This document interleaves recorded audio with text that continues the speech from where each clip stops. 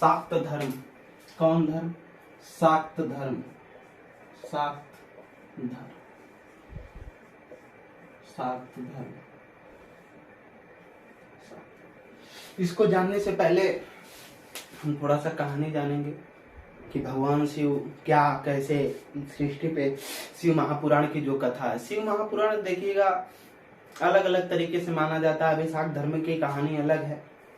ठीक, पहले शाक्त धर्म को ही देख लेते हैं। शाक्त धर्म बताता है कि सबसे पहले धरती पर आदि देवी शक्ति का अवतार हुआ। किसका? आदि देवी। आदि देवी। आदि देवी शक्ति। आदि देवी शक्ति माँ जगत जननी माँ जगत जननी जगदम्बा का स्वरूप ही माना जाता है। तो आदि देवी शक्ति का धरती पर अवतार माना गया, और अवतार जब माना गया तो बताया गया कि आदि देवी शक्ति जब आई तो इनके पास त्रिनेत्र था। इनके पास त्रिनेत्र था। पहले व्यक्ति, इनके त्रिनेत्र से एक व्यक्ति का जन्म हुआ। तो जो पहले व्यक्ति का जन्म हुआ उससे आदि देवी शक्ति ने कहा कि आप हमसे विवाह कर लीजिए, लेकिन इन्होंने इनकार कर दिया। और जब इनकार कर दिया तो आदि देवी शक्ति ने अपने त्रिनेत्र से इनको जलाकर भस्म कर दिया। फिर इन्हीं के कृपा से दूसरे व्यक्ति का जन्म हुआ। आदि देवी शक्ति ने कहा कि आप जो है हमसे विवाह कर लीजिए। इन्होंने कहा भी हम भी विवाह नहीं करेंगे। इनको भी जलाकर के आदि देवी शक्ति ने क्या कर दिया? भस्म कर दिया। फिर तीसरे व्यक्ति का जन्म हुआ। अब दो पागल हो सकते हैं लेकिन तीसरा थोड़ा बुद्धिमान हो सकता है। तो तीसरे व्यक्ति का जन्म जब हुआ तो आदि देवी शक्ति ने फिर इनसे भी शादी का प्रस्ताव रखा। तो इन्होंने क्या पूछा कि हमारे पहले भी कोई आया था क्या? तो उन्होंने बताया हाँ आया था। तो उन्होंने पूछा कि कहाँ आए? तो उन्होंने बताया कि ऐसे ऐसे हाल हुई है उनकी। तो उन्होंने कहा कि ठीक है शादी तो हम करेंगे लेकिन हमारा भी कुछ प्रस्ताव होगा। आदि देवी शक्ति ने उसको माना, कहा कि ठीक है आप अपना प्रस्ताव बताएं। तो आदि देवी शक्ति ने कहा कि बताइए। तो जो तीसरे व्यक्ति थे इन्होंने कहा कि ठीक है जो आपके पास त्रिनेत्र है वो हमको दे दीजिए, हम शादी कर लेंगे। आदि देवी शक्ति ने त्रिनेत्र इनको प्रदान किया और एक त्रिनेत्र से आदि देवी शक्ति को जला दिया और खत्म करके नए स्त्री के रूप में लिए। और जो दो लोग ये मरे थे पहले से इनको भी जला करके, जो जलाकर भस्म हुए थे इनको भी जलाया। तो जो पहले व्यक्ति थे ये थे ब्रह्मा। कौन थे? ब्रह्मा। दूसरे जो थे ये थे विष्णु और तीसरे जो थे ये थे महेश अर्थात शिव। ठीक, आज भी इनके पास त्रिनेत्र है। ये माना जाता है कि सृष्टि की उत्पत्ति यहाँ से हुई। ब्रह्मा का काम दे दिया गया रचना का। इस सृष्टि के मॉडल को रचते हैं। हम कैसे हैं, आप कैसे हैं, आपका आकार कैसा है, किसी भी व्यक्ति का आकार कैसा है, ये सारी चीज के रचनाकार ब्रह्मा जी है। ठीक, और महेश का काम है उसमें प्राण फूंक करके धरती पर उतारना। लास्ट तक यही करते हैं। शमशान में शिव ही बसता है। सम और शान, जहाँ सबकी शान समान है वहां पर ही शिव बसता है। इसीलिए जब यहाँ से प्राण फूकते हैं, जितने किलो के आप आए, अगर 2 किलो पैदा हुए तो 2 किलो के थे, 5 किलो के थे, मरने के बाद भी अस्थि कलश, जब आपका अस्थि कलश बटोरा जाएगा, एक कलश में अस्थियों को बटोरा जाएगा, तब भी आपके अस्थियों का वजन उतना ही होगा जितना पहले से होकर के आया था, जितना जन्म के समय हुआ था। ठीक, ये है शमशान, जहाँ सबकी शान क्या है? समान है। और विष्णु का काम दे दिया गया कि पालन करता का, मतलब आप सृष्टि पर आ गए, धरती लोक में आ गए जन्म लेकर, इनका काम था पालन करता का। ठीक, वो है ना पालन करता जगहर्ता, तो ये है विष्णु का काम था। इसको सौंप दिया गया। यानी ब्रह्मा जी सृष्टि को रचने लगे और महेश इसको प्राण फूंक करके भेजने लगे और फिर विष्णु क्या किए? इसके पालन करता हो गए। बीच में एक बार बहुत बड़ा प्रश्न खड़ा हुआ कि विष्णु जी बड़े नाराज हुए, भागते भागते गए और भगवान शिव से कहा प्रभु हमारा तो कार्य नीचे धरती लोक में माता पिता छीन लिए, यानी पालन करता का काम तो माँ करने लगी है, पिता करने लगे हैं, हमारा तो स्थान ही नहीं रहा है अब। तो उन्होंने कहा परेशान होने की जरूरत नहीं है। तो उन्होंने भी पूत कपूत दो चीजों को बना दिया। कोई पुत्र सही होगा, कोई नालायक होगा, ऐसे भी लोगों को बना दिया। ठीक, तो यहाँ से सृष्टि का आगे की तरफ जो आदि देवी शक्ति थी, महेश ने फिर उनको त्रिनेत्र से जलाकर भस्म करके नई स्त्री के रूप में निकाला। 3 स्त्रियां बनी। एक सरस्वती बनी जिससे ब्रह्मा की पत्नी हुई, दूसरी लक्ष्मी बनी जो विष्णु की पत्नी हुई, तीसरी पार्वती बनी जो शिव की पत्नी हुई। ठीक, ये तो रहा आदि देवी शक्ति जो शाक्त धर्म से माना जा सकता है और माना जाता है कि ऐसे अवतार हुआ था। लेकिन जो शिव महापुराण मानती है ऐसे नहीं मानती है। इन्होंने बताया कि सबसे पहले भगवान शिव ने ब्रह्मा से कहा कि प्रभु आप सृष्टि को रचिए।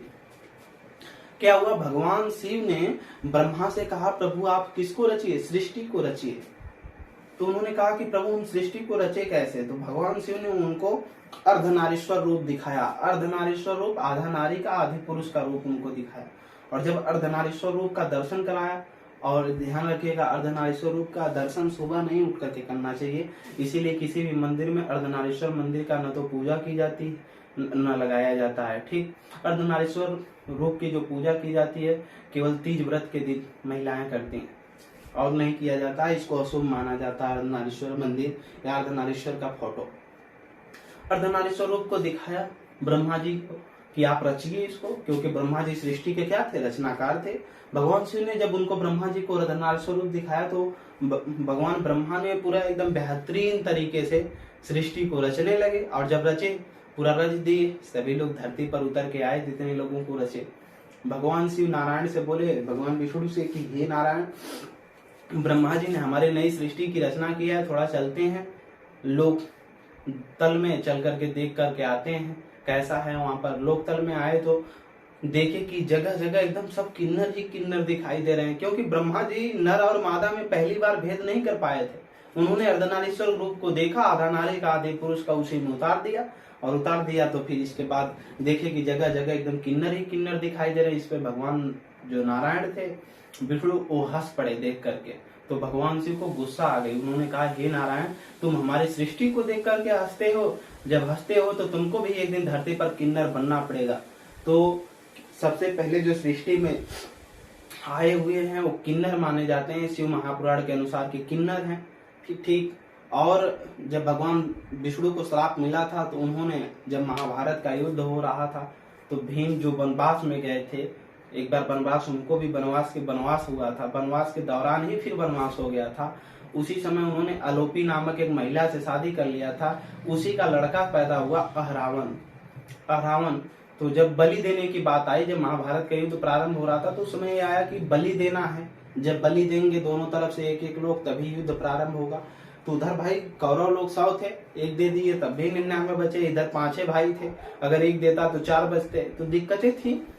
तो लेकिन फिर भी दिक्कतों के बावजूद उन्होंने क्या किया, जो ये लोग थे पांडवों ने अरावण को बुलाया, श्री कृष्ण ने दिमाग लगाया और बताया, तो अरावण को बुलाया गया। तो उन्होंने कहा कि ठीक है दादा हम तो कर देंगे, लेकिन अभी भी जो हम हैं कुंवारे हैं, मतलब शादी नहीं हुई है, और कोई भी व्यक्ति अगर कुंवारा है, अगर उसकी शादी नहीं है तो उसको तर्पण नहीं मिलता है। तर्पण का मतलब जो पिंडदान किया जाता है, चाहे वो आकस्मिक मृत्यु से मरा हो, सांप काटने की मृत्यु से मरा हो, एक्सीडेंट में मरा हो, अगर कोई भी व्यक्ति ऐसा पैदा होता है और अगर मर गया, आकस्मिक मृत्यु हुई है, उसकी शादी नहीं हुई, नाबालिग से ऊपर है, ठीक, यानी 10-12 साल के ऊपर है किशोरावस्था से, तो ठीक, अगर नाबालिग है, अगर शादी नहीं हुई है, तो अगर मरता है नाबालिग से ऊपर है तो उसको तर्पण नहीं मिलता, यानी पिंडदान नहीं मिलता है। ठीक, इसीलिए उसको नारायण बलि की कथा वगैरह क्या होती है, उसको नारायण बलि करवाना पड़ता है, तब वो जाकर के प्रेत जोन से आत्म जोन में बदलता है व्यक्ति। ठीक, तो तर्पण नहीं मिलता, तो उन्होंने कहा प्रभु हमको तो तर्पण मिलेगा नहीं, इसलिए हमारी शादी करवा दीजिए। तो भगवान श्री कृष्ण ने एक रात्रि के लिए, एक दिन के लिए वो जो श्राप था उसके लिए किन्नर बने और उससे शादी किए अरावण से, और दूसरे दिन फिर महाभारत के युद्ध में उसका बलिदान हो गया। तो उन्होंने अपना फर्ज चुकाया। इधर भगवान शिव फिर आए और ब्रह्मा जी को कहा, ब्रह्मा जी आप तो सृष्टि को गलत रच दिए। तो उन्होंने कहा प्रभु हम नर और मादा में भेद ही नहीं कर पा रहे हैं। तो उन्होंने कहा इसके लिए आपको तपस्या करनी होगी। तो उन्होंने कहा प्रभु तपस्या कहाँ करें। तो उन्होंने कहा कि ठीक है, अनुनातन अकल्पनीय, ठीक, जो है नूतन वो है काशी। उन्होंने कहा काशी जाइए, जहाँ गंगा जी बाएं तट से निकल कर बह रही, गंगा के बाएं तट पर ही काशी शहर वाराणसी बसा हुआ। हमने एक दिन और बताया था वरुणा और अस्सी, ठीक, कुछ लोग मानते हैं दोनों नदी, लेकिन वरुणा और अस्सी घाट, वरुणा नदी और अस्सी घाट के मिलन से जो संगम पर बसा शहर है वाराणसी है। वरुणा और अस्सी से वाराणसी शब्द बना। ठीक, ये काशी में ब्रह्मा जी आए, उतरे और तपस्या करने लगे, और जब तपस्या कर रहे थे तो इनके शरीर से श्वेत रक्त धाराएं यानी पानी की तरह धारा बहने लगी। ऊपर बैठे भगवान शिव पाताल लोक से देखे, और जब देखे तो खुश हो गए, और खुश हुए तो उन्होंने सर हिलाया। शिव महापुराण में बताता कि उन्होंने सर हिलाया, और सर हिलाया तो एक मणि गिरी, ठीक, उनके सर से मणि गिरी, और जहां पर गिरी आज वही घाट क्या कहलाता है? मणिकर्णिका। मणिकर्णिका कर्णिका घाट कहलाता है। क्या कहलाता है? मणिकर्णिका घाट कहलाता है। क्या? मणिकर्णिका घाट कहलाता है। इसी पे रानी लक्ष्मीबाई का नाम मनु रखा गया था। ठीक, काशी में ही जो मणिगिरी भगवान शिव जब ब्रह्मा जी के तपस्या को देखे, उनके शरीर से श्वेत रक्त धाराएं निकल रही थी, तो उन्होंने प्रसन्न होकर के सर हिलाया, और सर हिलाया तो एक उनके सर से मणि गिरी, और मणि जहाँ गिरी आज वही घाट मणिकर्णिका घाट कहलाता है। मणिकर्णिका घाट एक ऐसा घाट है जहाँ पर मुर्दे जलाए जाते हैं। अगर पूरी दुनिया में कहीं भी मुर्दे जलाए जाते हैं, जो ये इलेक्ट्रिक सिस्टम है इसको छोड़कर कहीं भी जलाए जाते हैं, तो मुर्दे को कम से कम जलाने में 2.5 से 3 घंटा और ठंडा होने में 6 घंटे लग जाते हैं उसके अस्थियों को। लेकिन मणिकर्णिका एक ऐसा घाट है जहां पर मुर्दे तो जलाए जाते हैं, लेकिन वो 20 मिनट में ठंडे हो जाते हैं। ऐसा वहां की मान्यता है। वहां का जो डोम राजा बैठता है, वो इतनी बड़े छोटे से दिए में आपको अग्नि देगा, लेकिन करोड़ों का सोना पहन करके बैठा होगा।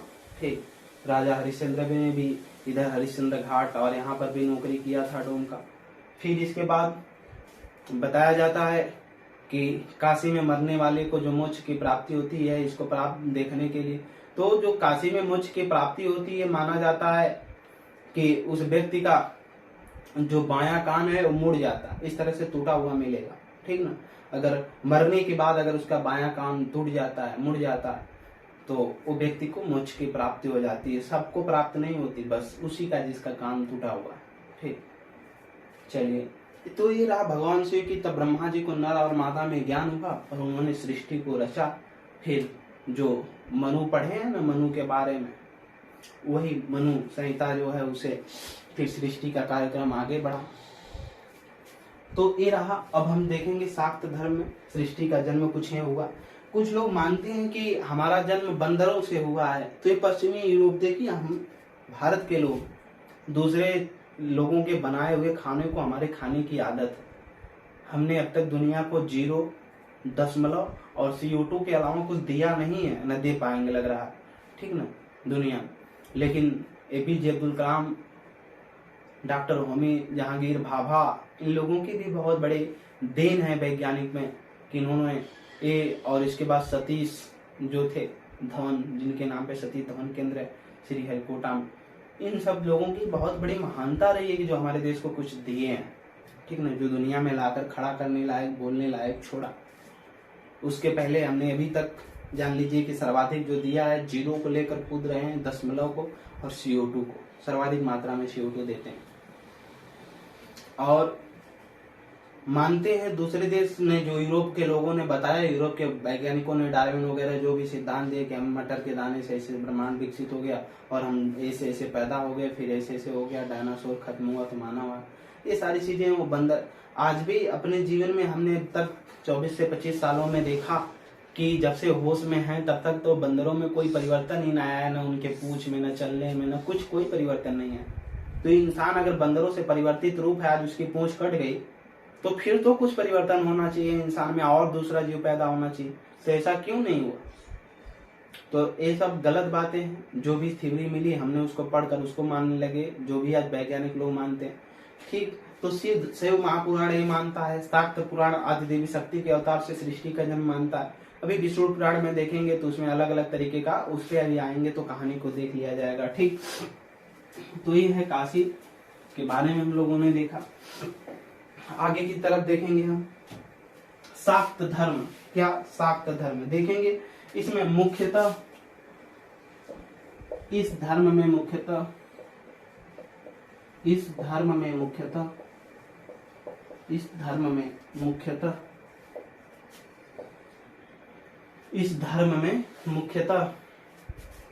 माता दुर्गा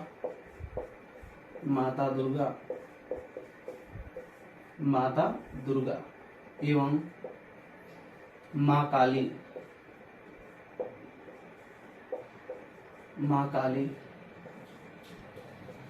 की उपासना की जाती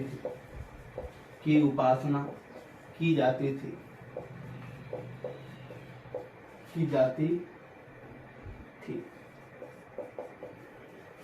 ठीक, यानी उनको जपने वाले, उनका नाम पूजा पाठ करने वाले। ठीक, माता दुर्गा एवं माँ काली की उपासना की जाती थी किस धर्म में? शाक्त धर्म में। और ये जो है शाक्त धर्म में, अब माता दुर्गा का जो उल्लेख मिलता है, सर्वप्रथम उल्लेख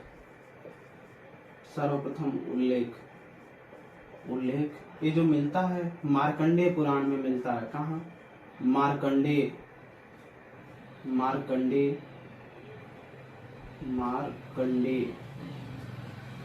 पुराण। कहाँ मिलता है? मार्कंडेय पुराण में मिलता है। कहाँ? मार्कंडेय पुराण में मिलता है माता दुर्गा का सर्वप्रथम उल्लेख। आगे देखेंगे, जो शैव धर्म था इसका शाक्त धर्म का इसका शैव धर्म से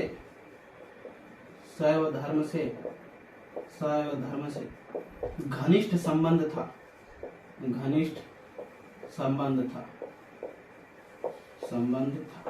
ठीक, घनिष्ठ संबंध था। आगे की तरफ देखेंगे, ठीक, इंपॉर्टेंट है। 64 योगिनी मंदिर 64 योगिनी मंदिर कई बार रेलवे की परीक्षाओं में पूछा जा चुका है। 64 योगिनी मंदिर कहाँ है? जबलपुर मध्य प्रदेश। कहाँ पड़ता है? जबलपुर मध्य प्रदेश में। मध्य प्रदेश की सांस्कृतिक राजधानी जबलपुर। 64 योगिनी मंदिर जबलपुर मध्य प्रदेश से इस धर्म के विकास एवं प्रगति को प्रभावित करता है और इतिहास की जानकारी भी मिलती है इसी मंदिर से। ठीक, तो ये रहा शाक्त धर्म, बस इतना ही जानना है इसके बारे में। आगे दूसरे धर्म के बारे में हम देखेंगे, वैष्णव धर्म। कौन सा धर्म? वैष्णव धर्म।